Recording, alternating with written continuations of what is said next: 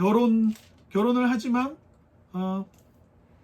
결혼이 뭔지도 모르는 채 그냥 좋아서 결혼을 했는데 하고 보니까 결혼하고 사는 것도 쉽지 않고 아이 키우는 것도 힘들어. 이혼할까? 그래서 제가 어제 이혼 프로그램을 왜 봤냐면 거기 나오시는 부부들 뭐 이제 막 이혼을 앞두고 고민하는 사람들 막 상담받는 사람들 막 변호사 만나고 이런 얘기들이 나와요. 근데 제가 참으로 신기했던 거는 거기에 나오는 전문가들조차도 아무도 결혼이 뭔지는 얘기를 안 해요. 그러니까 결혼하고 결혼한 이후의 과정들, 서로가 소통하지 못했던 과정들, 뭐 좋았던 시절들, 뭐 변호사하고 상담하고 심리 상담가랑 상담하고 정신과 가서 의사 선생님하고 상담하고 다 하거든요. 근데 그 프로그램 어디에도 결혼이 뭔지는 얘기를 안 해요. 그러면 결혼이 뭔지를 모르는데 결혼을 하고 이혼을 고민하다 보니까는 전문가를 만나고 이런단 말이죠. 막 우울의 정도가 심하고 막 분노 조절이 안 되고 막 조울증 같은 게 일어나고 공황장애가 일어나고 막 그런 얘기들은 막 심도 있게 다뤄지는데 아무도 거기에 나오는 전문가들이 결혼이 뭔지는 이야기를 안 해요. 근데 결혼이 뭔지를 이야기를 안 하는데 이혼 얘기를 한단 말이에요. 그러니까 되게 대단히 그냥 한 측면만을 다룰 수밖에 없는 거예요. 소통이 안 됩니다. 근데 소통은 부부끼리만 안 됩니까, 여러분? 소통이? 친구끼리도 안 되고 직장에서도 안 되고 사회에서도 안 되고 지역별로도 안 되고 다 안 되죠. 그리고 그랬는데 또 재혼을 다뤄요.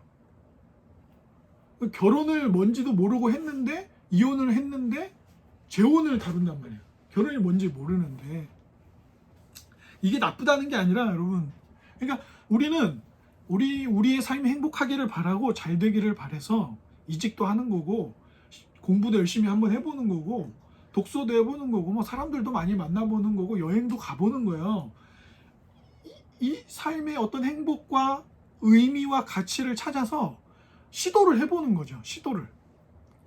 그렇게 자신의 삶을 어딘가에 막 이렇게 뒤뚱뒤뚱 하면서 내 삶을 좀 행복함 쪽으로 더 바꾸어 보려고 하는 거예요. 뭔가 의미를 찾아보려고 하는 거예요. 뭔가 만족스러운, 그러니까 뭐 말씀드리지만 뭐 게임도 다 똑같은 의미로 게임하는 거 아니거든요. 누군가는 거기서 1등이 되고 싶어서 게임하는 거고 힘을 얻고 싶어서, 누군가는 거기서 만나는 사람들 때문에 게임하는 거예요. 그 게임에 같이 이렇게 하는 사람들 때문에.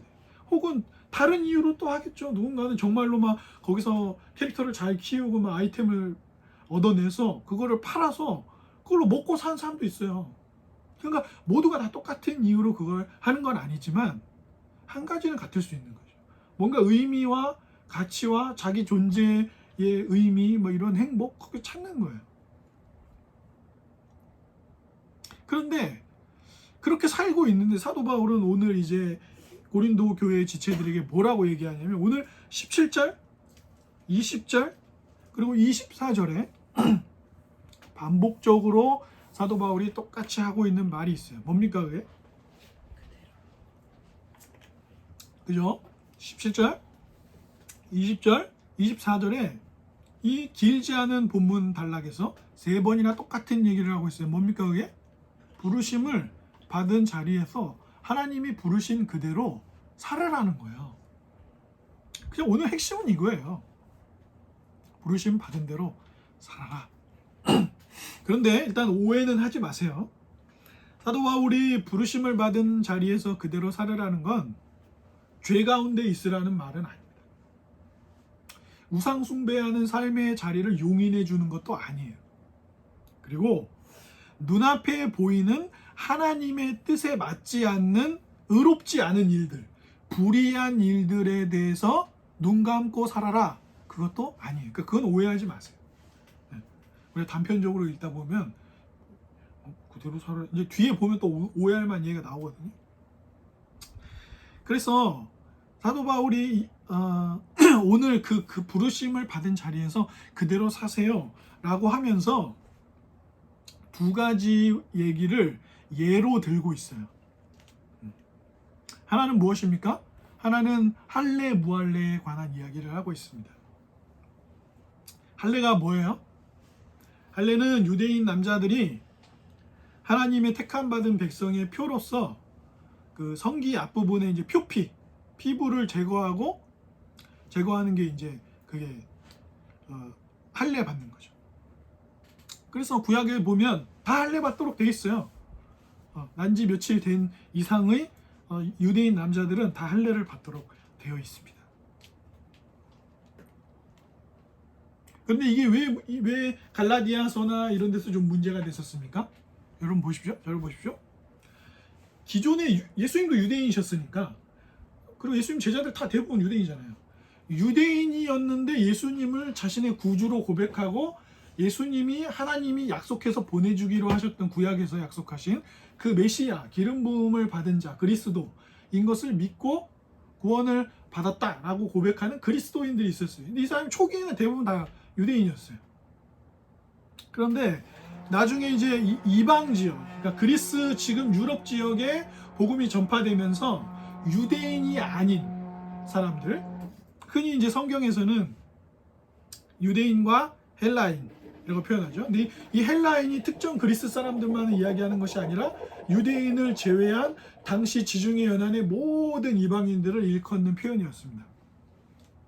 근데 이제 이방인들이 예수님을 믿기 시작하니까 어떤 사람들이 이제 헷갈리기 시작한 거예요. 아직 기독교 신학과 이런 내용들이 다 정리가 안 됐고 유대인들만 초기에 믿었는데 이제 이방인들도 예수님을 믿으니까 유대인들은 다 할례를 받았잖아요. 하나님께 택함 받은 백성이란 표로 할례를 받았으니까 그럼 이 할례는 뭐야? 우리 이제 할례 안 받아도 돼? 할례 받아야 되는 거야? 이런 이제 혼란함들이 있었던 거죠. 그래서 나중에 갈라디아서 같은 데서 그들 이단자로 취급하면서 사도 바울이 정리했던 게 무엇입니까? 내가 유대인인데 나는 이미 할례를 받았어요. 그러면 굳이 할례 안 받은 사람이 될 필요 없다. 이미 할례를 받았으면 할례 받은 상태로 예수 믿고 살아라. 그런데 이방인들에게 예수님도 믿지만 할례도 받아야 된다고 강요하지 마라. 할례를 받는 것이나 안 받은 것이나 마찬가지다. 중요한 건 뭐예요? 외적인 표가 아니라 할례를 왜 받느냐는 거예요. 할례를 받는 이유가 뭐였어요? 너희는 내 백성이 되고 나는 너희 하나님이 된다는 표거든요. 그런데 하나님의 백성이 된다는 표는 뭐예요? 하나님의 백성이 됐다는 표는 무엇입니까?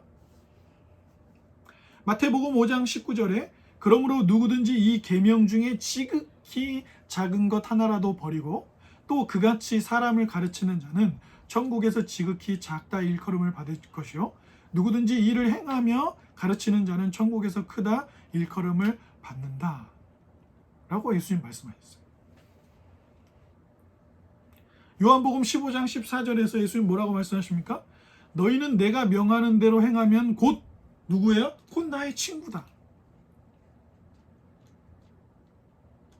요한일서 2장 3절에서도 우리가 그의 계명을 지키면 그것으로써 우리가 누구를 아는 줄로 알 것이요? 그리스도를 아는 줄로 알 것이요. 이렇게 얘기합니다.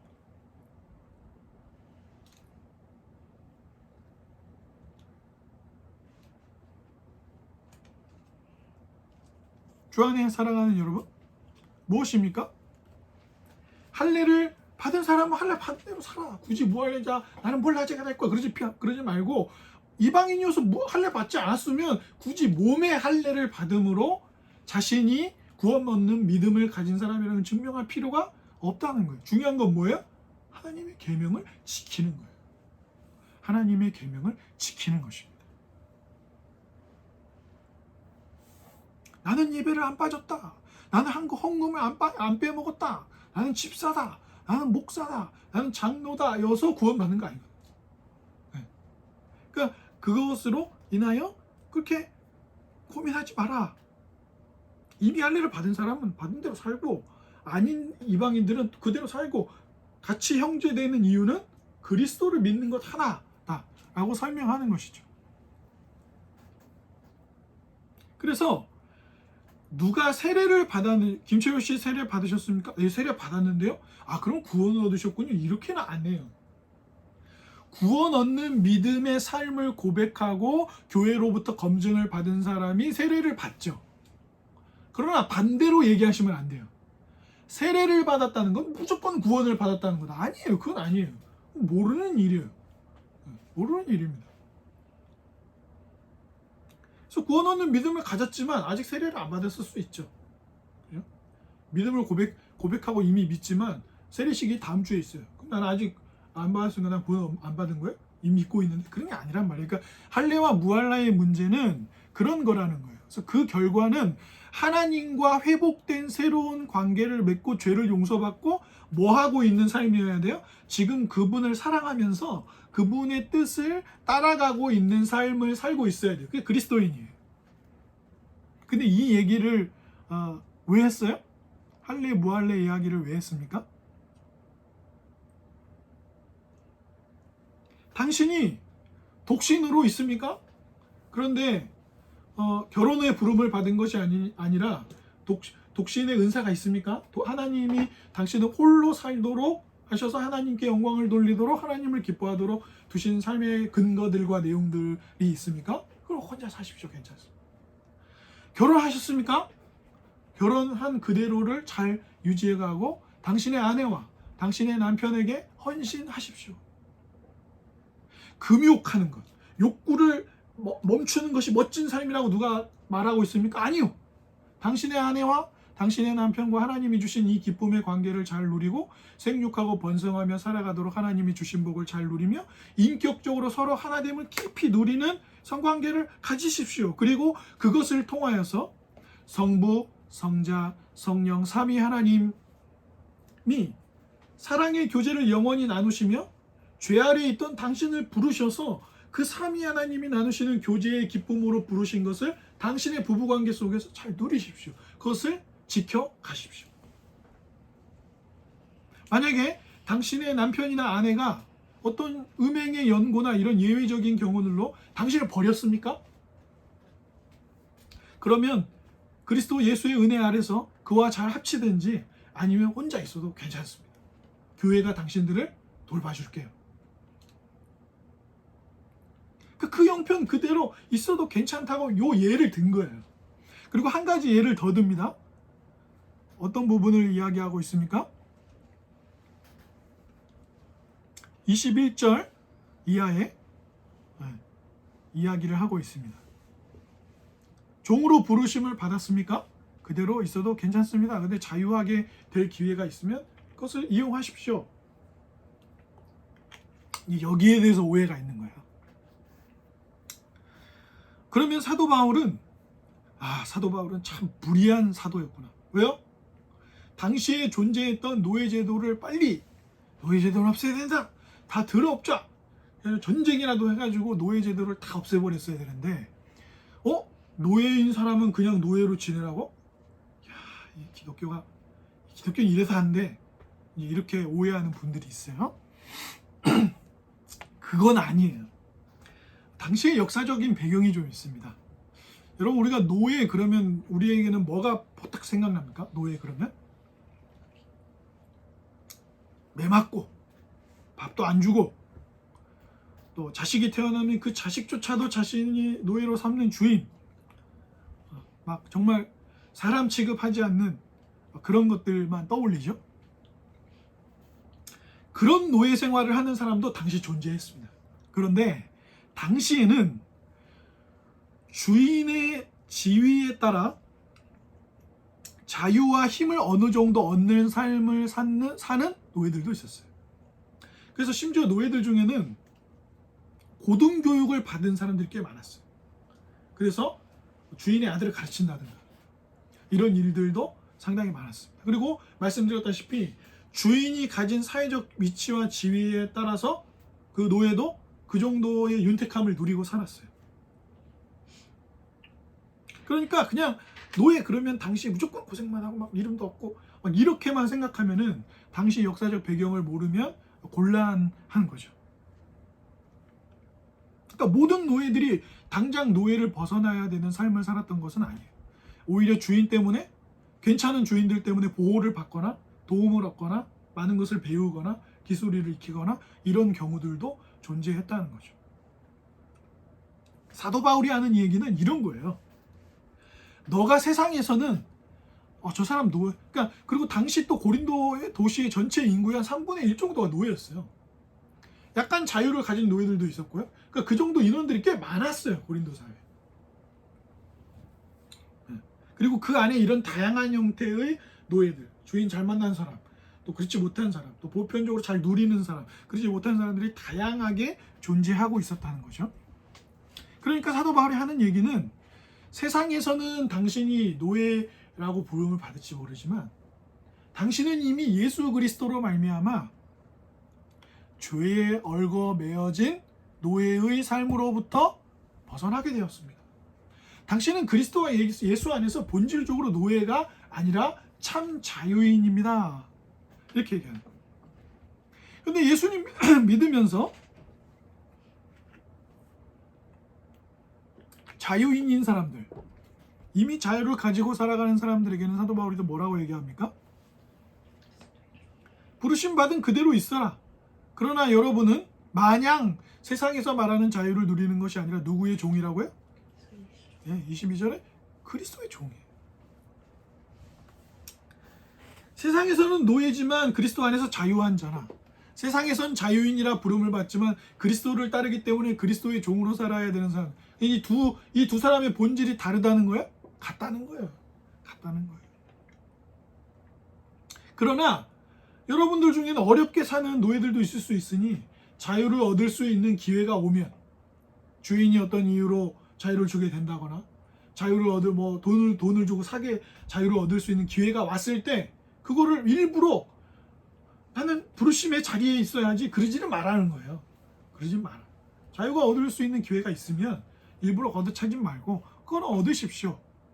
그래서 사실은 이 할례 무할례와 노예와 자유인에 대해서 이야기하면서 사도 바울이 이야기하는 핵심은 말씀드렸던 그거예요. 우리는 자꾸 어떻게 한다고요? 집을 바꾸면, 사는 동네를 옮기면, 이직을 하면 점수를 더 받으면, 그래서 애들 중에는, 공부 열심히 하는 애들 중에는 걔네들도 이유가 다양해요. 진짜 내가 어떤 대학의 과가 너무 좋아서 거기 가고 싶은 사람도 있어요. 옛날에 제가 아는 선배 중에는 TV에 원래는 그러니까 요즘은 안 그런데 예전에는 그 지상파 방송국들의 PD들이 중앙대 신문방송학과 출신 PD들이 많았어요. 꽉 잡고 있었던 시절이 있었어요. 그래서 일부러 중대 신방과를 많이 갔어요. 뭐 신문기자나 PD나 이런 게 되고 싶으면 중앙대학교 신문방송학과를 많이 갔어요. 근데 어떤 TV 드라마에서 서강대학교 신문방송학과가 TV에 나온 적이 있었어요. 드라마 내용 속에서. 근데 당시 서강대학교 신문방송학과는 전혀 이렇게 그런 쪽에 학교가 나쁜 학교는 아니었는데 유명하지 않았거든요. 신문방송학과가. 그런데 그 드라마에 거기가 나왔다는 이유로 그게 좋아서 서강대학교 신문방송학과를 간 선배가 있었어요. 그러니까 그런 사람도 있어요. 근데 어떤 사람은 엄마 아빠한테 사랑받고 싶어서 공부하는 아이들도 있어요. 내가 점수를 잘 받아오면 엄마 아빠가 좋아해. 그리고 나를 막 잘해줘. 그러니까 얘는 다른 이유가 아니에요. 무슨 전문적이 되고 싶다거나 이런 이유가 없어요. 그냥 엄마 아빠가 나를 사랑해주고 나를 칭찬해주는 게 점수를 잘 받아올 때, 성과를 자기가 그 점수의 성과를 낼 때 나를 받아주니까 그렇게 하는 경우가 있어요. 그러니까 지식도 그렇고 결혼도 그렇고 성품도 그렇고 이혼 재혼 다 포함해서 우리가 삶에서 끊임없이 선택하고 흘러가고 추구하는 것들이 뭐예요? 할례를 받으면, 무할례면, 노예면, 자유를 얻으면 이렇게 우리의 삶의 배경과 백그라운드와 어떤 것들을 바꿔내면 우리의 삶이 괜찮아진다. 내 삶이 나아질 것이다. 행복의 한 발은 더 갈 것이다. 내가 원하는 삶의 목표 지점에 한 발 더 갈 수 있을 것이다. 라는 것이 우리의 삶을 지배적으로 이끌어간다는 거예요. 그러니까 보세요. 고린도 교회 사람들이 어땠어요? 결혼을 했는데 성관계를 하면 안 돼. 금욕적으로 살아가는 게 더 멋있는 거야. 그게 더 고차원적인 삶이야. 아니야. 결혼을 했지만 우리가 지혜를 얻었잖아. 예수님 믿음으로. 자유를 누려야 돼. 꼭 부부관계에서만 그런 관계를 누릴 필요가 없어. 그냥 자유해. 그게 오히려 우리가 누리는 자유야. 뭐 이런 사람들도 있고. 그 중간에서 왔다 갔다 거리는 사람들도 있고. 근데 이 모든 게 다 뭐예요? 예수님을 믿게 되었지만 여전히 흔들리는 게 뭐예요? 예수님을 믿었는데 예수님을 믿으면서도 조금 더 나은 삶을 사는 게 뭐야? 그게 금욕주의야. 그게 자유하게 사는 거야. 그게 독신은 안 돼. 너 어떻게 하려고? 너 언제 결혼하려고 그러니? 지금 나이가 몇 살인데 언제 결혼하면 좋아. 결혼하면은 부부끼리 이렇게 서로 의지도 되고 안정되고. 그래서 스포츠 선수들을 보고 뭐 얘기 많이. 빨리 결혼하라고. 안정된다. 안정된 삶을 가지면은 어떻게 된다 그래요? 경기에 더 집중할 수 있고 막 이런 얘기. 근데 또 어떻게 얘기해요? 결혼하지 마. 혼자 살아. 야, 너 정도 벌고 살면은 그냥 혼자 때마다 여행 다니고 맛있는 거 먹고 그냥 어느 정도 적정한 크기의 집에서 깔끔하게 해놓고 살고. 너 애 키워봐라. 애가 그냥 침 질질 흘리지, 과자 부스러기 흘리지, 바닥에 오줌 싸지, 어지러 놓고 치우지도 않지, 말하면 들어먹지도 않는. 너 스트레스 받아 죽어. 끊임없이 뭐야? 어떤 거를 선택하면 할례를 받으면 할례를 안 받으면, 노예로 살면 노예로 안 살면, 끊임없이 어떤 이런 선택들이 우리의 삶을 어떻게 해준다고 우리 안에 어떤 우상이 있는 거예요? 그러한 선택과 배경들이 내 삶을 조금 더 낫게 만들어주고 행복하게 만들어준다는 것이 있는 거예요. 거기서 정체성을 찾는 거예요. 거기서 구원을 찾는 거예요. 거기서 행복을 찾는 거예요. 그래서 어떤 사람들이 내가 당신이랑 애들을 위해서 내가 밤낮 잠을 못 자면 내가 그렇게 했잖아. 왜? 그렇게 하면 삶이 괜찮아질 거라고 생각했으니까. 그래서 그 이혼 프로그램 보니까 그런 게 나오더라고요. 아내는 남편이 사랑한다는 말을 자주 해주면 좋겠다고 생각하며 살았다는 거예요. 근데 남편은 자기가 어렸을 때 가난했기 때문에 자기 아내와 아이에게는 절대로 가난 때문에 삶을 고통스럽게 느끼는 건 주고 싶지 않아서 막 밤새도록 일만 하는 거예요. 아내와 아이는 돌보지 않고. 그리고 또 아내한테는 말을 굉장히 거세게 하더라고요. 그러니까 뭐예요? 둘 다 행복을 향해 가고 있었지만 가치를 다른 데 두니까 이제 막 이혼에 대해서 고민하고 이런 장면들이 나와요. 근데 둘이 뭘 크게 잘못했습니까? 각자의 이유를 가지고 열심히 달렸을 뿐인데 소통하지 않았고, 그런 부분에서 이제 문제가 생겼던 것이죠. 우리 삶이 그렇다는 거예요. 그런데 오늘 사도 바울이 아주 놀라운 이야기를 요 예를 들면서 이제 하고 있어요. 23절과 24절 같이 오늘 본문을 읽어보겠습니다.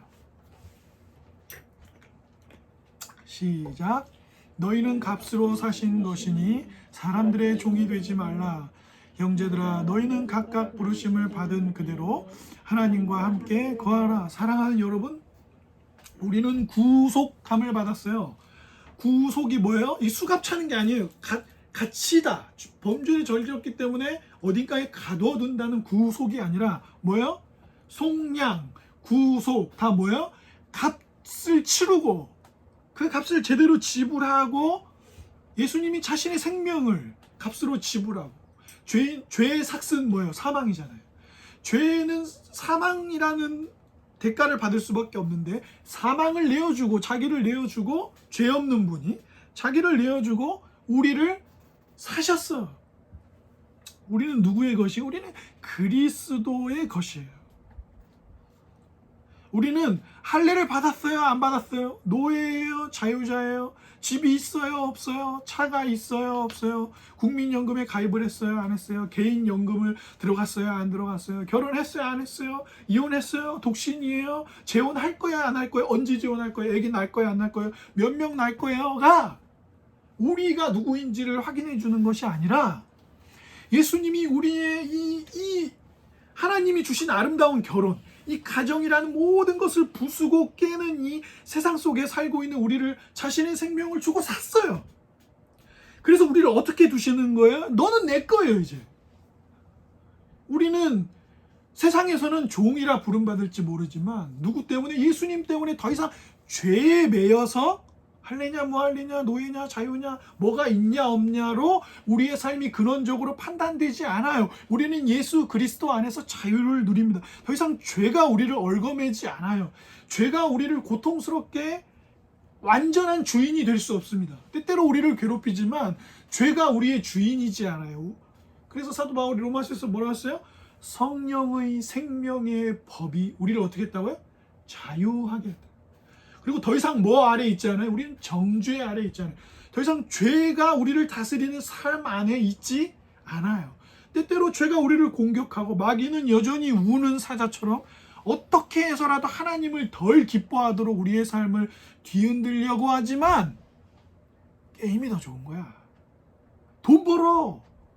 네 집을 장만해. 네 삶을 갈아 넣어. 집 장만해. 좋은 차를 타. 너의 어렸을 적 소원이 무엇이었니? 람보르기니였잖아. 그냥 질러. 막 이렇게 하고 거기에 삶을 막 갈아 넣게 하는 거야. 어머니의 미소만 볼 수 있다면 나는 어떻게 돼도 상관없어. 그게 왜 말이 돼요? 효도하는 것 같죠, 그게? 아니에요. 그거 효도 아니에요. 아니에요. 자기를 죽이면서까지 하는 효도가 그게 뭔 효도예요? 그러니까 그런 목표 지점 하나만을 보고 달리는 사람, 거기서 자기를 확인하는 거예요. 아, 그래, 나는 어머니에게 미소를 주는 사람이라는 게 내 정체성이지. 아니에요. 저 집만 사면 내 삶이 행복해지지 아니라고요. 저 차만 얻으면 내 삶이 행복해지겠지 아니에요. 저 여자만 얻으면, 저 남자만 내 남편이 되면, 저 직업을 얻으면, 결혼을 하면, 결혼이 뭔지도 모르는데 이혼을 하면 내 삶은, 그래서 그 프로그램 보니까 그런 얘기도 나와요. 이혼이 마냥 나쁜 선택은 아닌 것 같아요. 같이 살면서 불행하느니 차라리 헤어져서 살면서 그냥 서로를 미워하지 않는 게 더 낫지 않을까요? 그럴듯한 말이잖아요.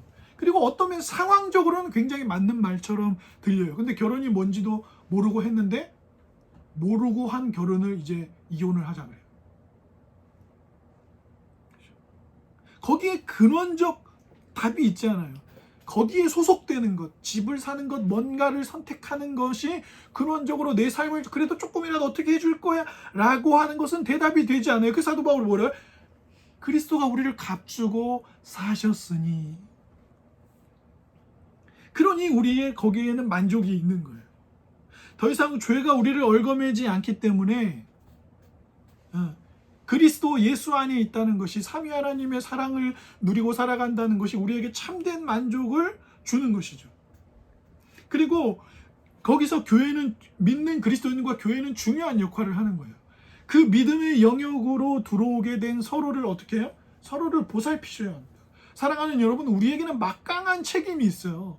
우리가 예수 그리스도 안에서 값주고 사심으로 주님의 것이 됨으로 안전과 인정을 받고 참된 만족을 누린다면 서로를 돌보도록 우리는 부르심을 받습니다. 그리고 그것은 교회가 우리의 이웃들을 돌보는 삶으로 나가도록 만들어요. 우리는 더 이상 매여 있지 않아요. 세상은 우리에게 말하겠죠. 너가 가지고 있는 사회적 위치는 별거 아니야. 너는 어떻게 보면 실패자일 수도 있어. 아니, 우리 실패한 사람 아니에요. 예수 그리스도가 우리의 주인이십니다. 그분이 우리의 왕이에요. 온 우주 만물을 통치하시는 분이 우리의 형제이고 우리의 주인이고 우리의 왕이십니다. 우리는 더 이상 사망이라는 것에 매여 있지 않습니다. 우리는 더 이상 세상이 우리에게 제시하는 기준에 휘둘리지 않아요. 왜요? 예수님이 김옥원 너는 내 것이다 하고 사셨기 때문이에요. 값비싼 자신의 생명을 내어주시고 말입니다. 그러니 세상의 평가는 우리를 깎아내릴 수 없어요. 우리는 왕의 백성들이니까. 그러나 우리는 또 막되게 살지 않아요. 왜요? 그리스도 예수의 뜻을 사랑함으로 그분을 따르는 종이기에 우리는 자유를 얻었다고 방종하지 않습니다. 그분의 뜻이 무엇인지를 잘 살펴서 그분의 뜻을 사랑함으로 삶을 살아가기 때문이죠. 그러므로 사랑하는 여러분, 삶을 돌보고 이해하고 이끌어 주십시오. 대부분의 사람들은 하나님이 결혼의 삶으로 부르십니다. 대부분. 독신의 은사를 가진 사람은 그렇게 많지 않으니까. 그러나 독신의 은사를 받은 사람이 독신으로 살 때 그것을 더 뭔가 가치가 낮은 삶으로 보지 마십시오. 독신의 은사를 받았다고 결혼한 사람들의 삶을 더 낮은 삶으로 보지 마십시오. 사별을 하게 되었습니까? 그것은 불행한 삶이 아닙니다. 여러분에게 주어진 또 그 삶을 살아가십시오. 그래서 각자에게 두신 삶의 자리를 살아가는 것. 예외적으로 더 나은 형편으로 가야 되거나 일반적으로 움직일 수 있는 그런 것들은 상관이 없지만 하나님이 우리에게 주신 삶의 형편들을 살아가는 것은 이미 얻은 영광 속에서 그리스도가 우리를 자신의 것으로 구속하신, 속량하신, 값주고 사신 그 은혜 아래서는 아무런 부끄러운 거, 아무런 거리낄 것도 없습니다. 우리는 뭔가를 선택함으로 더 나은 삶을 살 수 있다고 주장하지만 그렇지 못해요. 인류의 역사가 그걸 증명하고 있죠. 뭘 선택했다고 완전한 행복을 얻었다고 고백하는 사람이 누가 있었어요. 그러나 그분이 우리를 값주고 사셨을 때 우리는 더 이상 자유를 찾고 싶어 하지 않아도 됩니다. 왜요? 그분 안에 자유가 있기 때문이죠. 우리는 방종하지 않아요. 왜요? 그분의 뜻을 사랑함으로 의의 삶을 살아가기 때문입니다. 그러니 결혼이라는 큰 것도 누군가에게는 독신의 은사로, 누군가에게는 결혼으로, 또 결혼을 하였지만 그 이후에 어떤 여러 가지 사별의 이유로 또 홀로 있는 시간이 주어질 수도 있고, 또 어떤 이유로 옛날 신앙의 선배들처럼 재혼의 과정을 겪을 수도 있겠지요. 그러나 그 모든 것이 어떤 선택으로, 결혼이라는 선택, 이혼이라는 선택, 재혼이라는 선택, 지식, 성품, 이직, 시험 점수 등과 같은 선택으로 내 삶을 바꾸면 나아지겠지? 라고 하는 선택이 아니라 나를 값주고 사신 분 때문에 나는 더 이상 죄에 매이지 않고 정죄당하지 않고 세상의 평가에 굴하지 않고 날 사랑하심, 성경에 써있네 이 말이 나의 일생의 큰 위로이며 그것이 나의 정체성이구나. 어떤 사람이 짧은 애니메이션을 만들었다고요? 그러니까 예수님이 갑자기 성경에서 툭 튀어나오시더니 이 성경을 내가 한마디로 요약해 줄까? 그러는 거예요. 그럼 이 애니메이션 보고 있는 사람이 이럴 거 아니에요. 예수님이 한마디 하시더라고. 내가 널 사랑해. 그게 가장 잘 요약한 건지는 우리가 생각을 해봐야 되지만 틀린 말은 아니죠. 그렇죠? 언제 아이들이 건강한 줄 아십니까?